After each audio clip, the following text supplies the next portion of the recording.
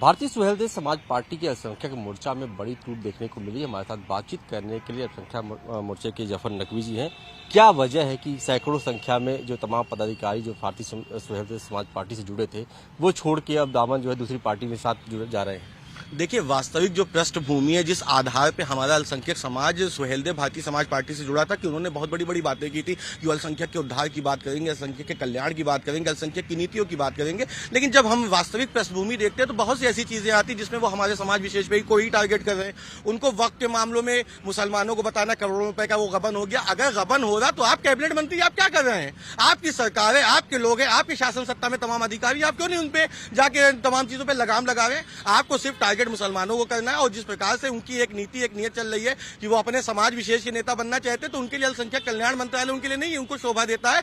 मैं योगी जी से, मोदी जी से मैंने अपने इस्तीफे में भी मैंने बहुत खास करके एक निवेदन किया था, एक विशेष पृष्ठभूमि को तैयार करके किया था कि इनसे अल्पसंख्यक मंत्रालय ले लिया जाए। किसी मुसलमान को यदि दे दिया जाएगा तो शायद वो मुसलमान उन बेस मॉडल्स को भी जानता होगा, मुसलमान उन तमाम कमियों को जानता होगा, वो मुसलमान उन खामियों को जानता होगा कि उसका संशोधन कैसे करना है, उसमें नई नीतियों का विकास कैसे करना है। ये ओम प्रकाश राजभर जी की लगातार नीतियां हैं कि वो कैसे किस प्रकार से मुसलमानों को टारगेट करें। कभी मजारों पर चले जाते हैं, झंडे जो है जय सुहेलदेव के नारे लगने लगते हैं। क्या मुसलमान इस देश का नागरिक नहीं है? मैं तो पूछना चाहता हूं, मुसलमान इस देश का नागरिक है। मुसलमान के बाप दादा इसी यहीं पे कब्रें हमारी हैं, हम यहीं पे सजदा करते हैं। उसके बाद हमको ये बताना पड़ता है हिंदुस्तान के मुसलमान है। हिंदुस्तान में कुछ भी होता है मुसलमान है। अरे हिंदुस्तान की हर चीजों में मुसलमान कंधे से कंधा मिला के देश के लिए खड़ा है, मुसलमान कंधे से कंधा मिला के देश के विकास के लिए खड़ा है। और सुहेलदेव भारतीय समाज पार्टी में हम तमाम मुसलमान हजारों की तादाद में जुड़े भी इसलिए थे कि ओम प्रकाश राजभर जी जिस प्रकार से बातें करते थे विकास की, कल्याण की, वो सब अब धराशायी हो चुका है, वो सिर्फ जुमलों में दिखते रहता है।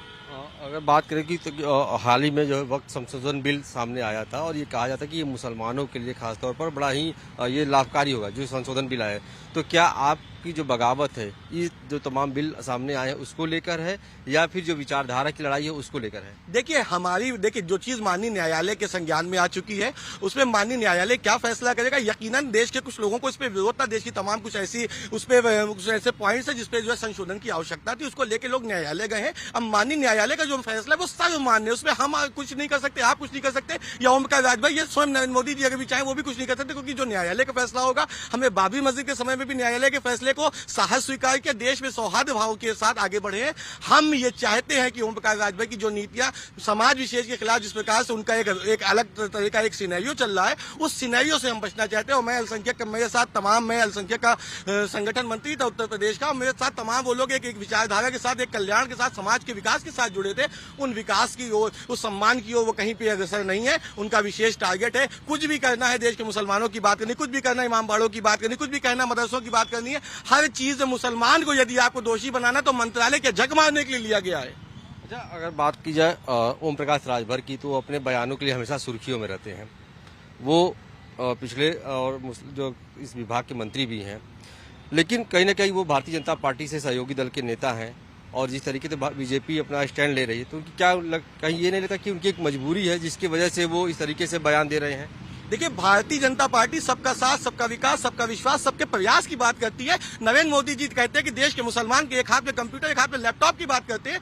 देश के मुसलमानों को संपन्न करने की बात नरेंद्र मोदी जी कर रहे हैं। देश के मुसलमानों को, प्रदेश के मुसलमानों को संपन्न करने की बात योगी आदित्यनाथ कर रहे हैं। ओम प्रकाश राजभर जी अपने आप को न चाहते हुए भी सनातनी नेता बनाना चाहते हैं, लेकिन इस देश को उनका इतिहास मालूम है, इस देश को उनकी सोच और विचारधारा मालूम है। ये देश अब उनके बहकावे में नहीं आने वाला है। उत्तर प्रदेश का मुसलमान आज जाफर नकवी के साथ अगर खड़ा है तो उत्तर प्रदेश का मुसलमान 2027 में बता देगा कि जिन 6 सीटों से मुसलमानों के साथ जीत के आए थे, मैं इसी एनडीए दल का सहयोगी दल बनने के नाते मैं योगी आदित्यनाथ जी से निवेदन करूंगा कि एक मौका हमको भी मिलना चाहिए। हमारे समाज को नेतृत्व की क्षमता दीजिए, हम बताएंगे कि वो 6 सीटें जीतने वाला कौन था और जिताने वाला कौन था।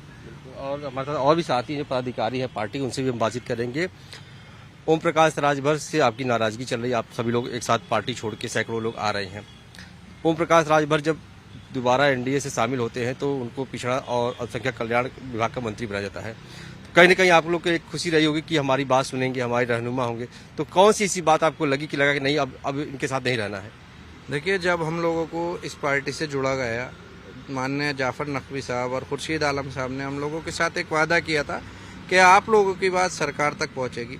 और जिस तरीके से भाजपा ने उस टाइम हम लोगों को आश्वस्त किया था कि सबका साथ, सबका विकास, तो हम लोग भी यही सोचकर जुड़े थे कि चलिए ठीक है, भाजपा को मुस्लिम विरोधी दिखाया जाता है, तो उन्हीं के सहयोगी किसी पार्टी से जुड़ना हम लोगों के लिए अच्छा रहेगा। हम लोग इसी सोच के साथ जुड़े, लेकिन उसके बाद जिस तरीके से हमारे साथ छल किया गया, ना तो हमारा कोई वादा हमसे जो किया गया था वो पूरा किया गया। उसके बाद लगातार राजभर जी ने जिस तरीके के बयानों को दिया है, आपने सुना होगा कि उन्होंने बड़े इमामबाड़े को लेकर जब तक वक्फ बिल पास भी नहीं हुआ था और उन्होंने कहना शुरू कर दिया था कि ये अब सरकार के अंडर आएगा, उसको लेके हम अपनी शिया कम्युनिटी को कभी भी ये आश्वस्त नहीं कर पाए कि ऐसा नहीं होगा। अब बिल भी पास हो गया है, उसके बाद भी ऐसा कुछ होता नजर नहीं आया, लेकिन उनके बयानों ने कहीं ना कहीं हमारी कम्युनिटी को निराश किया। उसके बाद उन्होंने लगातार इस तरीके के मामले करे कि सुहेल देव को खड़ा कर दिया, उन्होंने ले जाके सालार गाजी के पास। सालार गाजी को कहा गया कि वो बाहरी आक्रमणकारी है, लेकिन आप बताइए कि कोई 500-700 साल से यहाँ पर मुस्लिमों के साथ हिंदुओं का भी पूजक बना हुआ है, तो क्या वो कोई बाहरी आक्रमणकारी है? क्यों हिंदू उनको पूछते हैं बहराइच में या वहाँ पर? उसके बाद उनकी दरगाह पर हमला हुआ, वहाँ पर जय सुहेल देव के नारे लगे। तो ये सब नारे और ये सारी चीज़ें जो हुई, उसके बाद हम लोगों ने एक तय किया कि हम लोगों को अब ऐसे आदमी के साथ नहीं रहना है जिसकी कोई स्पष्ट विचारधारा नहीं है। ठीक है, और भी हमारे साथ हैं, उनसे बातचीत करेंगे। मुस्लिम समाज के सुधार के लिए बीजेपी की बात करें या एनडीए की बात करें खासतौर पे, तो कई फैसले, जैसे वो ट्रिपल तलाक का मामला हो, चाहे वक्फ बिल संशोधन का मामला हो, कई ऐसे मुद्दे जिससे समाज में सुधार लाने की बात की है। तो कौन सी बात आपको आहत करती है कि जिससे लगा कि नहीं, अब हम इनके साथ न रह के अब हम दूसरे दल के साथ रहेंगे? मुझे तो ऐसा लगता है कि ट्रिपल तलाक का मामला था वो भी सही नहीं रहा, लेकिन क्या नाम है, जो बात सर बोल रहे हैं हम उनसे सहमत हैं, हर बात से सहमत हैं हम उनकी। हमें अच्छा नहीं लगा वहाँ पे, हमें बिल्कुल भी पसंद नहीं आया और हमारे साथ कुछ भी मतलब सही नहीं हुआ, तो इसलिए हम सर के साथ हैं। बिल्कुल, देखिए यहाँ पे तमाम पदाधिकारी है, करीब 400 अगर बात की जाए तो पूरे प्रदेश भर से जो पदाधिकारी है वो आज सब सुहेल देव समाज पार्टी से इस्तीफा दे रहे हैं। जफर साहब, आखिरी सवाल ये है, क्योंकि आप जिस विचारधारा की बात करें, हालांकि आप भारतीय सुहेल समाज पार्टी के साथ थे, लेकिन आप उनके कई मुद्दों को लेकर, उनके बयानों को लेकर असहमत नजर आ रहे हैं, तो अब आपका अगला स्टैंड क्या है? किस पार्टी, किस दल के साथ आप जा रहे हैं? देखिए, हम एनडीए के साथ हैं क्योंकि हम राष्ट्रवाद के साथ हैं, हम राष्ट्रहित के साथ हैं। हमारा मुसलमान इस देश के विकास की और इस देश के कल्याण की बात करना चाहता है। जिस प्रकार से मिथ्याएं फैलाई जाती थी, मुस्लिम देश विरोधी तमाम ये चीजें, और जो विपक्षी दलों ने लगातार कोशिश की, भाजपा आएगी, मुसलमानों का ये होगा, मुसलमानों को ये होगा, मुसलमान अब आश्वस्त है, मुसलमान बड़े सुकून से है, मुसलमान उन्नत हो रहा है, मुसलमान विकसित हो रहा है, और हम एनडीए के साथ ही हैं। राष्ट्रीय क्रांतिकारी समाजवादी पार्टी, जिसको कि 2022 में जिसने 51 छोटे छोटे क्षेत्रीय दलों के साथ भारतीय जनता पार्टी को समर्थन दिया था, उसमें राष्ट्रीय नेतृत्व में मुझे कहीं ना कहीं सम्मानजनक की स्थिति में भेजा जा रहा है, और मैं अपने समाज के लोगों के साथ, शोषित वंचित समाज के साथ, मैं राजनीति का हिस्सा भी बनूंगा और इस देश को ये बताऊंगा कि देश के मुसलमानों को मुख्य राजनीति का हिस्सा भी बनना है। देश के मुसलमानों को सहभागिता भी पार्टी राजनीति में अगर कोई देता है तो वह एनडीए घटक दल देता है। बिल्कुल, शुक्रिया हमसे बातचीत करने के लिए। जफर नकवी जिन्होंने साफ तौर पर कहा है कि जो इनके मुद्दों की, जो इनके हित की बात करेगा वो उसी के साथ जाएंगे, और फिलहाल अभी जो फैसला लिया गया है कि अब वो सुहेल देव समाज पार्टी के साथ नहीं रहेंगे, और ये कहीं न कहीं ओम प्रकाश राजभर के लिए एक बड़ा झटका कि उनके संगठन के अल्पसंख्यक मोर्चा के जो लोग हैं वो आज दामन छोड़ के अब वो राष्ट्रीय दल के साथ जो है वो शामिल होंगे। सहयोगी समीर के साथ अश्विनी सिंह, पंजाब केसरी, लखनऊ। हमसे जुड़े रहने के लिए हमारे YouTube चैनल को सब्सक्राइब करें और नई वीडियो की नोटिफिकेशन के लिए बेल आइकॉन को दबाएं। अगर आप ये वीडियो Facebook पर देख रहे हैं तो लाइक जरूर करें और ज्यादा से ज्यादा शेयर करें। धन्यवाद।